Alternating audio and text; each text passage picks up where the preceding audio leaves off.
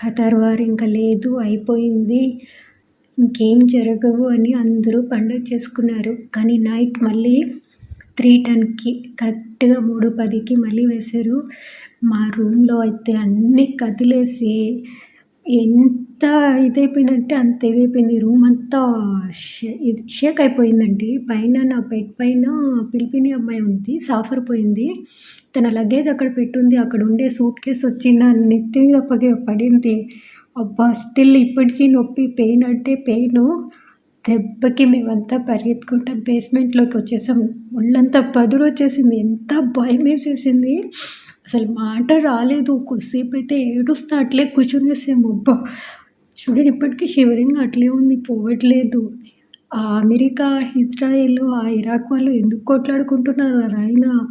మీరు కొట్లాడుకొని చావండి. మా ప్రాణాలు ఎందుకు తీస్తున్నారు? పగలంతా పనిచేసి అలసిపోయి ప్రశాంతంగా నిద్రపోదామంటే నిద్ర లేదు, ఏం లేదు. భయం అంటే భయము. ఎంత ఏడుపొచ్చేసింది నైటు. అది ఎప్పుడు పడిందో అన్నీ వదిలేసుకొని బెడ్‌షీట్లు తీసుకొని బేస్మెంట్‌లోకి వచ్చేసాం. వచ్చాక మళ్ళీ మేడంకి కాల్ చేసాం. మేడం ఇది మేడం పరిస్థితి అని. అందులో మాకు బయట రూమ్ అండి. డైవర్ అన్న రూము మాకిచ్చారు. మేము 5 మంది ఉన్నామని. మాకు కిచెన్ పక్కన ఉండే రూమ్ సరిపోలేదని బయట ఉండే రూమ్ మాకిచ్చారు. సో అది బయట అవుట్ సైడ్ కదా, ఎక్కువ సౌండ్ వచ్చేసి ఎంత కదిలేసిందంటే రూమ్ అంతా అట్లా అయిపోయింది. ఇక్కడ బాంబులు వేసినందుకు భయపడడం లేదు, అవి ఎక్కడో పడతాయి. కానీ ఇక్కడ రూమ్స్ అన్నీ భూకంపం వస్తే ఎలా ఇదైపోతాయో అలా అయిపోతున్నాయి. పైనుండే సామాన్లన్నీ కింద పడి. ఏంట్రా బాబోయ్ మా పరిస్థితి! పగలంతా పని చేయాలి, నైట్ ఏమో నిద్ర లేదు.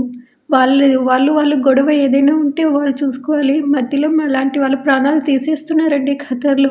ప్లీజ్ అందరూ ప్రేయర్ చేయండి, దేవుడిని కోరుకోండి ఇక ఏం జరగకూడదని. Thank you for watching please.